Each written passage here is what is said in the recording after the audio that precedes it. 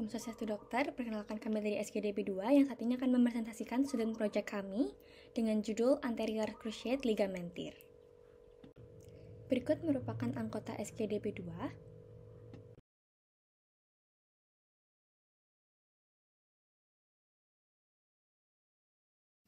Baik, perkenalkan saya Gustiayu Putri Jeneandraswari dengan 3 JTIM akhir 130.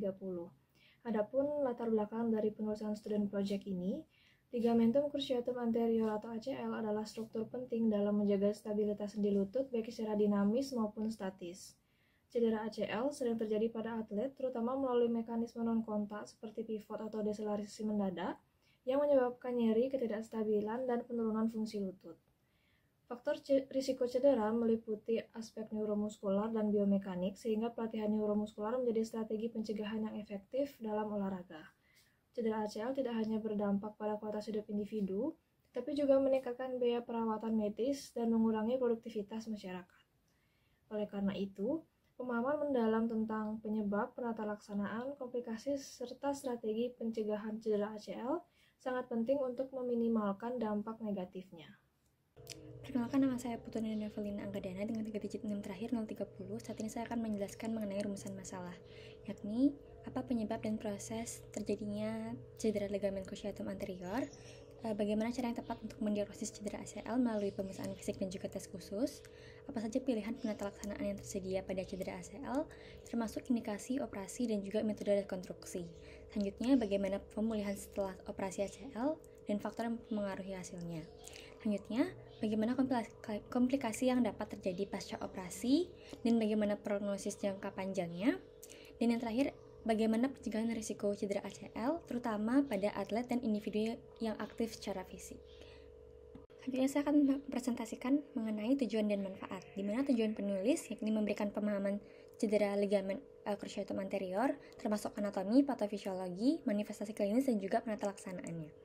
Selanjutnya menyajikan informasi terkini mengenai teknik rekonstruksi ACL dan juga rehabilitasnya. Untuk tujuan pembaca yakni meningkatkan pengetahuan dan juga kesadaran mengenai pentingnya pencegahan cedera ACL, terutama pada atlet maupun individu. Selanjutnya mendapatkan panduan dalam penata laksanaan cedera ACL mulai dari diagnosis hingga rehabilitas. Untuk manfaat dari pembuatan SP sendiri yakni memberi informasi kepada tenaga medis, atlet, dan juga masyarakat untuk mengetahui cara mencegah, mendiagnosis, dan juga menangani apabila terjadi ACL pada individu, dan juga dapat meningkatkan kualitas hidup seseorang atau pasien dari permasalahan cedera tersebut. Perkenalkan, nama saya Putu Adrisi Delinda, Chandrawati Putri Asmara dengan 3 digit NIM terakhir 082. Di sini saya akan membahas terkait definisi anatomi dari ligamen cruciatum anterior. Jadi ligamen cruciatum anterior atau LCA ini adalah salah satu dari 4 ligamen utama yang menghubungkan tulang paha atau femur dengan tulang kering atau tibia pada sendi lutut. LCA sendiri terletak di bagian tengah lutut dan berperan penting untuk menjaga stabilitas sendi dengan mencegah pergeseran berlebihan tulang kering ke depan relatif terhadap tulang paha serta membatasi gerakan rotasional lutut. Secara anatomi, LCA ini membentang secara diagonal dari bagian anterior fossa intercondyloid tibia dan melekat pada bagian lateral condylus femur. Ligamen ini berfungsi untuk mencegah pergeseran anterior tibia terhadap femur, menahan eksorotasi tibia saat fleksi lutut, mencegah hiperekstensi lutut, serta membantu saat gerakan rolling dan gliding dari sendi lutut. Baik, selanjutnya tentang fungsi ACL dalam kestabilan sendi lutut. Jadi LCA ini sendiri memiliki peran utama dalam menjaga stabilitas sendi lutut dengan mengontrol pergerakan tibia terhadap femur. Secara biomekanis, ACL ini bertindak sebagai struktur penahan utama yang mencegah pergeseran anterior berlebih dari tibia, sehingga mengurangi risiko dari hiperekstensi dari lutut. Selain itu, ACL ini juga memiliki fungsi proprioseptif melalui mekanoreseptor yang membantu sistem saraf dalam mendeteksi perubahan dari posisi sendi lutut, yang memungkinkan respon otot yang lebih cepat untuk menjaga keseimbangan dan mencegah cedera. Fungsi stabilisasi lainnya adalah dengan membatasi gerakan rotasional tibia, terutama pada saat lutut dalam posisi fleksi sehingga lutut itu tetap stabil dalam melakukan aktivitas yang membutuhkan perubahan arah secara tiba-tiba.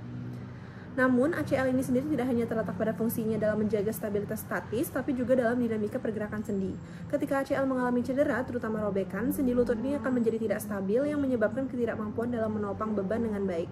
Hal ini sering menyebabkan kondisi yang disebut dengan giving way, yang dimana lutut tiba-tiba kehilangan kestabilan saat digunakan untuk berjalan atau berlari. Cedera ACL juga dapat meningkatkan risiko degenerasi sendi seperti osteoartritis karena ketidakseimbangan biomekanik yang terjadi akibat kehilangan fungsi stabilisasi dari ligamen ini. Mungkin sekian dari saya lanjutkan ke teman saya. Baik, terima kasih atas kesempatannya. Sebelumnya perkenalkan, saya Danindra Kansastianingrum dengan 3 digit NIM terakhir 104. Di sini saya akan menjelaskan tentang jenis-jenis dari cedera ACL, yaitu yang pertama ada partial tear dan yang kedua adalah complete tear. Untuk yang pertama, partial tear pada ACL ini terjadi ketika ligamen mengalami cedera namun tidak sepenuhnya putus, di mana robekan ini menyebabkan nyeri, pembengkakan, dan juga ketidakstabilan pada lutut. Penanganan umumnya dari partial tear pada ACL ini umumnya bersifat non-operatif ataupun tidak dilaksanakan operasi, di mana dilakukan dengan terapi fisik sebagai pilihan utama yang dilakukan untuk memperkuat otot quadriceps dan juga hamstring untuk menjaga stabilitas lutut. Selanjutnya, penggunaan penyangga pada lutut dan juga injeksi dari antiinflamasi dapat membantu juga untuk mengurangi rasa sakit serta mencegah cedera terjadi lebih lanjut. Lalu yang kedua adalah complete tear, di mana complete tear pada ACL ini terjadi ketika ligamennya putus sepenuhnya dan menyebabkan ketidakstabilan pada lutut, nyeri, dan juga pembengkakan. Untuk penanganan dari complete tear ini biasanya memerlukan rekonstruksi dari ACL, di mana dilakukan dengan cangkok tendon, terutama bagi individu yang memang melakukan aktivitas pada kegiatan sehari-harinya.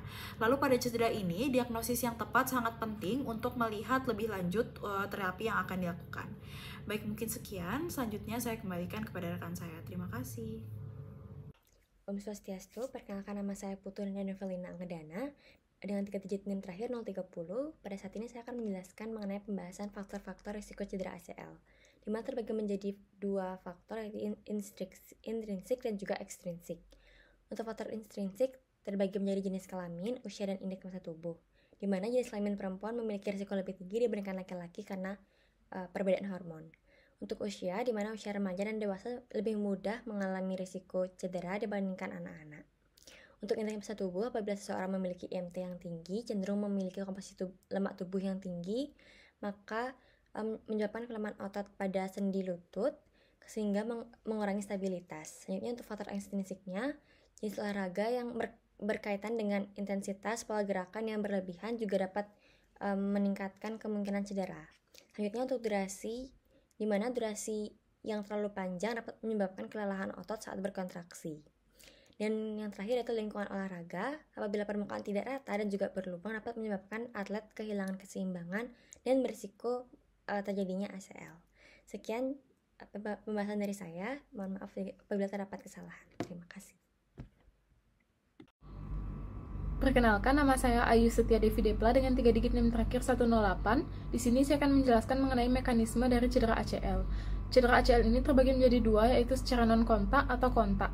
Untuk cedera ACL non-kontak terjadi ketika terdapat kekuatan atau momen besar pada lutut yang memberikan beban berlebihan pada ligamen ACL. Cedera ini biasanya disebabkan oleh kombinasi dari berhenti mendadak, perubahan arah yang cepat, atau aktivitas seperti berlari, berputar, dan mendarat setelah melompat.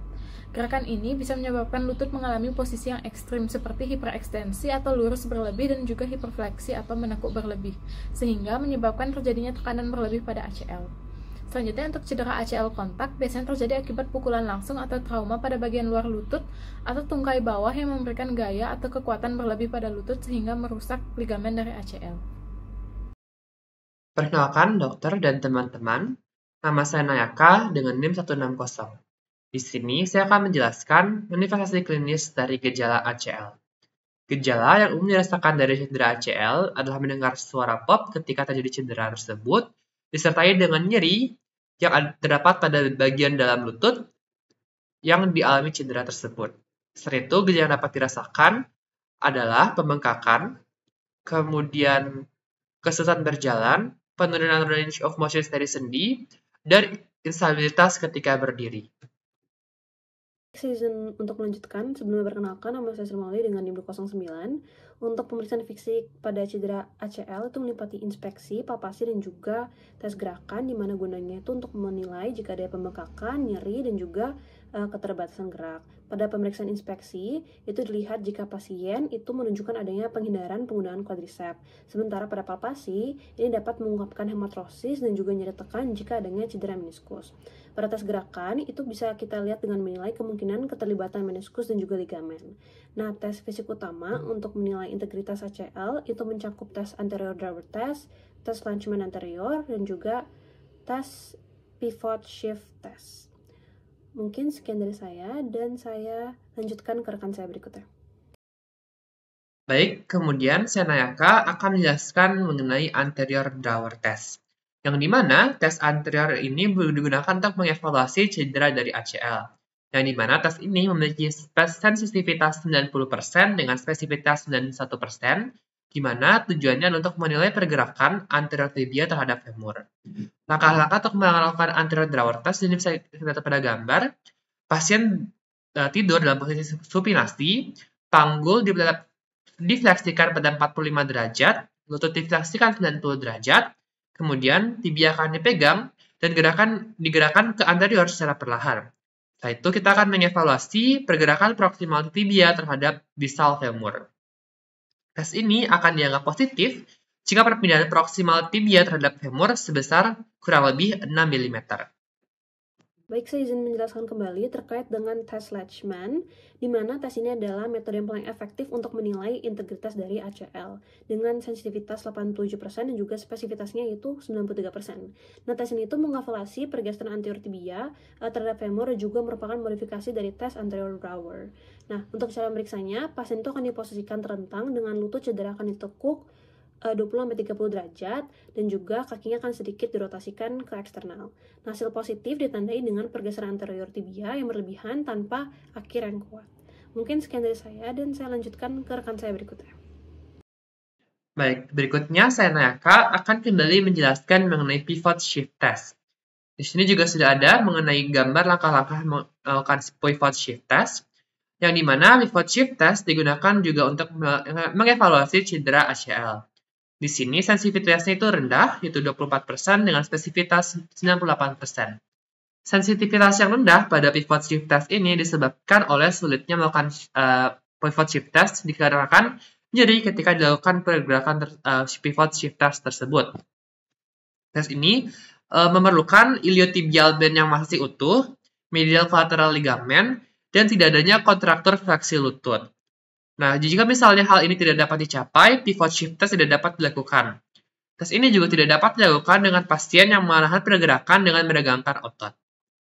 Untuk langkah-langkah melakukan pivot shift test, pertama, rotasikan tibia ke arah internal. Kedua, berikan tekanan valgus pada lutut. Ketiga, gerakan lutut dan ekstensi ke fleksi sebesar 20-30 derajat. Dan keempat, perhatikan pergerakan tibia yang mengalami sublokasi. Di sini, pivot shift test akan dikatakan positif jika tibia yang mengalami sublokasi akan kembali ke posisi normal atau dan juga terdengar bunyi klak. Mungkin sekian saja dari saya. Terima kasih. Baik, izinkan saya untuk melanjutkan. Perkenalkan, nama saya Muhammad Zulfikar Akbar dengan 3 digit terakhir 138. Jadi saya izin melanjutkan untuk penata cedera dari ACL. Jadi untuk indikasinya sendiri, rekonstruksi dari ACL ini dilakukan apabila terjadinya ruptur, fully ruptur atau robekan keseluruhan dari ACL, karena ACL ini strukturnya itu avaskular sehingga penyembuhan dari ACL ini tidak bisa secara penuh gitu. Dan kemudian indikasi lain yang kedua adalah multiple injury. Jadi ketika kecelakaan, injury dari ACL itu bisa karena juga ke jaringan-jaringan sekitarnya seperti meniskus, cartilago, dan jaringan-jaringan lain, sehingga memerlukan operasi rekonstruksi ACL. Kemudian selanjutnya indikasi yang ketiga adalah yang berhubungan dengan profesi atau atlet. Jadi ketika seorang atlet itu perlu pemulihan yang cukup lebih cepat gitu, sehingga rekonstruksi ACL ini secara operasi itu diperlukan. Baik, selanjutnya untuk teknik rekonstruksi ACL itu terdapat dua macam. Yang pertama dengan graft atau dengan mengambil jaringan dari, biasa itu adalah patella atau hamstring dari pasien, atau disebut dengan autograft, atau mungkin dari pendonor yang disebut dengan allograft. Kemudian untuk proses operasi dilakukan dengan melakukan sayatan sekitar 4 cm pada kondilus femoral lateral proksimal secara longitudinal, kemudian dimasukkan artroskop untuk melihat kondisi dari ACL. Kemudian akan dilubangi lubang dari tibia menembus celah sendi hingga mencapai femur. Setelah itu graf yang sudah disiapkan itu dimasukkan menelusuri lubang tersebut dan akan diperkuat dengan masakan baut. Kemudian teknik rekonstruksi yang kedua yaitu dengan memanfaatkan scaffold hidrofilik. untuk scaffold hidrofilik ini itu terbuat dari kolagen serta protein matriks, sehingga sifat ini dapat menyerap darah dari jaringan-jaringan sekitarnya, sehingga kondisi HCl yang vaskular ini diharapkan dapat tetap mendapatkan nutrisi dari jaringan-jaringan di sekitarnya. Baik, selanjutnya perkenalkan, nama saya Nyoman Katika Malini dengan 3 digit NIM terakhir 180, izin untuk melanjutkan mengenai rehabilitasi pasca operasi. Pencapaian secara klinis pada fase segera setelah operasi atau immediate postoperative fase, yaitu pada minggu pertama, salah satunya adalah ROM aktif atau pasif mencapai 90 derajat dan otot quadriceps dapat melakukan gerakan secara aktif disertai dengan superior patellar glide. Selanjutnya adalah fase pasca operasi awal atau early postoperative fase, yaitu pada minggu kedua setelah operasi. Tujuan yang perlu dicapai adalah lutut dapat fleksi lebih dari 110 derajat, berjalan tanpa penopang, dapat menggunakan sepeda atau stair climber tanpa kesulitan, berjalan dengan ekstensi lutut penuh, dapat melakukan gerakan di stair climber secara resiprokal, dapat melakukan gerakan angkat kaki secara lurus tanpa hambatan saat ekstensi, dan skor Knee Outcome Survey Activities of Daily Living Subscale lebih besar dari 65%. Pada fase ini juga dapat digunakan penopang atau immobilizer. Penopang dapat dilepas ketika pasien dapat berjalan tanpa nyeri, dan immobilizer juga dapat dilepas ketika pasien dapat melakukan gerakan angkat kaki lurus tanpa hambatan saat ekstensi.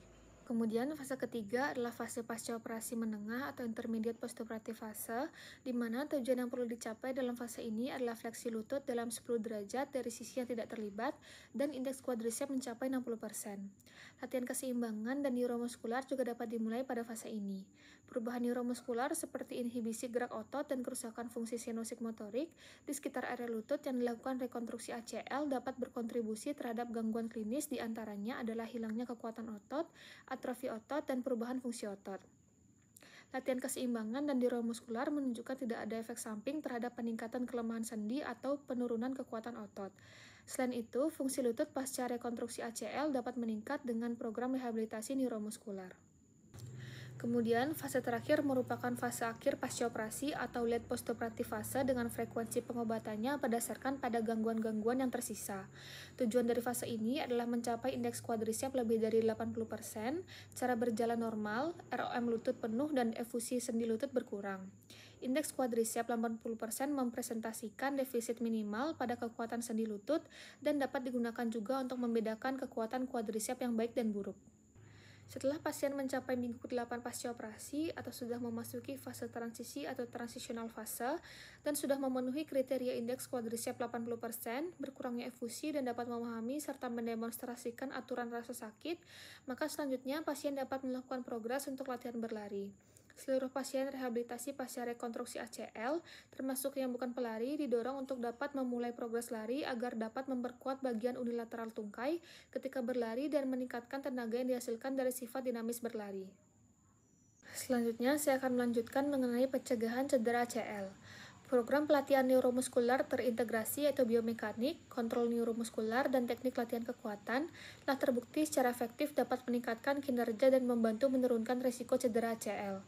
Program pelatihan ini memerlukan protokol terpadu yang menyeluruh dengan kombinasi pelatihan kekuatan dan koordinasi. Kepatuhan terhadap program latihan ini sangat diperlukan agar teknik pencegahan bisa berhasil. Beberapa meta-analisis telah menemukan bahwa ACL-IPP atau program pencegahan cedera ligamen anterior cruciatum mencakup latihan kekuatan dan pliometrik. Meskipun latihan keseimbangan mungkin tidak diperlukan, tetapi latihan kontrol proksimal atau latihan yang melibatkan segmen proksimal sendi lutut tampaknya meningkatkan kemanjuran dari ACL-IPP. Hal tersebut dapat menunjukkan bahwa penguatan, khususnya otot pinggul dan inti, dapat menjadi kunci dalam membuat ACL-IPP menjadi efektif.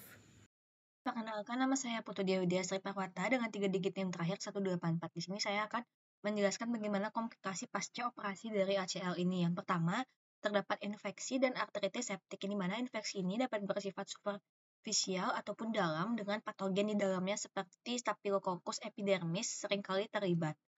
Kemudian biasanya ini muncul 2-14 hari setelah operasi dengan gejala nyeri, kemerahan, pembengkakan, serta demam.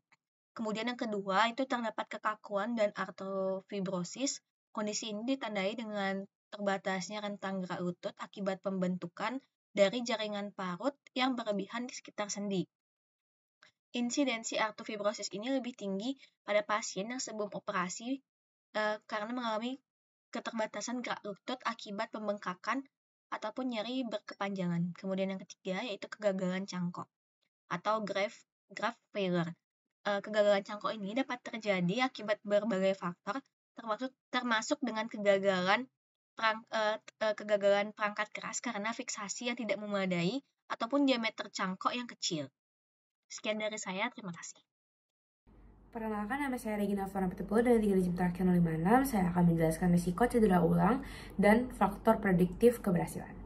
Tingkat kekambuhan cedera berkisar antara 10 hingga 25%. Beberapa di antaranya adalah cedera ulang pada sisi yang sama, cedera pada sisi yang berlawanan, dan juga kegagalan cangkok. Sebagian besar cedera ulang terjadi dalam proses kembali ke aktivitas olahraga. Beberapa faktor utama yang meningkatkan risiko cedera ulang ini meliputi ketidakseimbangan fungsi antara tungkai yang direkonstruksi dan yang sehat, lalu kegagalan pemulihan neuromuskular yang berdampak pada keseimbangan koordinasi gerakan, serta ketidaksiapan psikologis akibat rasa takut dan juga kekurangan percaya diri dalam beraktivitas secara penuh. Pemulihan fungsi yang optimal waktu antara cedera dan rekonstruksi dibutuhkan.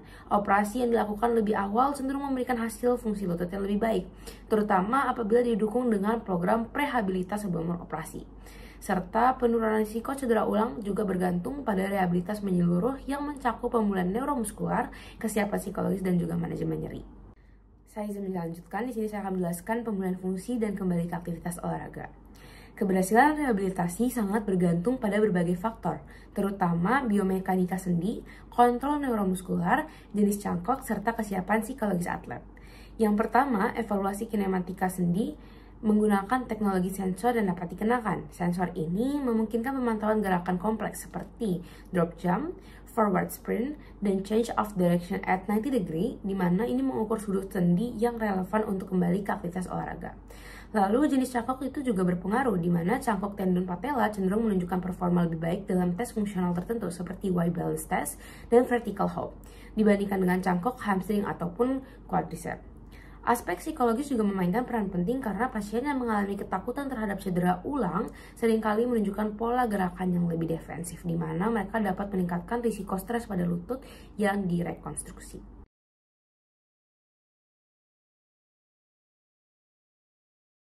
Saran yang dapat kami berikan yaitu yang pertama, meningkatkan pengetahuan serta kesadaran mengenai faktor-faktor risiko cedera ACL, baik yang intrinsik maupun ekstrinsik. Kedua, memperkenalkan program pencegahan cedera ACL, terutama bagi orang-orang dengan risiko tinggi seperti atlet, guna mengurangi risiko daripada cedera. Kemudian yang terakhir yaitu melakukan program rehabilitas pasca operasi secara bertahap untuk mengembalikan range of motion, kekuatan otot, serta keseimbangan daripada neuromuskular. Saran yang dapat kami berikan yaitu yang pertama, meningkatkan pengetahuan serta kesadaran mengenai faktor-faktor risiko cedera ACL, baik yang intrinsik maupun ekstrinsik.